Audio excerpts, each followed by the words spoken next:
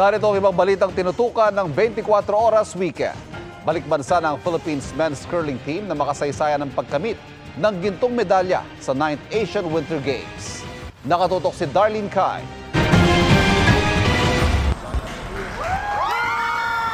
Umukit ng kasaysayan ng Philippine men's curling team nang makuha ang kauna-unahang Winter Games medal ng Pilipinas sa 9th Asian Winter Games sa Harbin, China.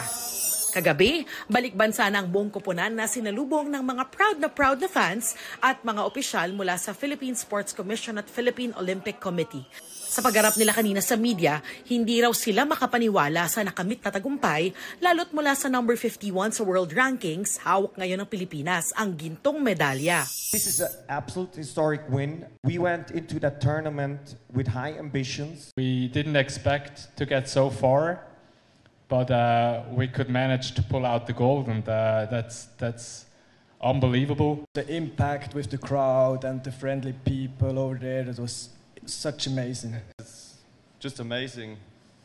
Again, we won the game after the last stone and Hindi pa kasi ganun kasikat sa Pilipinas ang winter sport na curling na tinatawag ding chess on ice. Kombinasyon nito ng physical skills at strategy kung saan ang goal ng magkalabang team ay mapadulas ng stones papunta sa target. Walang curling facility dito sa Pilipinas kaya sa Switzerland pa sila nagte-training.